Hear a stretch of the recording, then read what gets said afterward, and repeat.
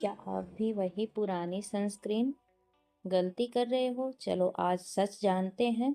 पहला मिथ, सबसे बड़ा झूठ, अगर आप खिड़की के पास बैठे हो तो यूवी ए रेस आपकी स्किन तक पहुंच रही है। स्किन एजिंग से बचना है तो अंदर भी सनस्क्रीन लगाओ। दूसरा मिथ, सबसे बड़ा धूप नहीं है तो सनस्क्रीन नहीं। गलत।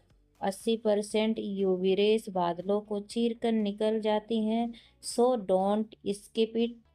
तीसरा मिथ, एक छोटा सा ड्रॉप काफ़ी नहीं है, यूज द 2 फिंगर रूल, इतना अमाउंट ही आपको प्रोटेक्शन देगा।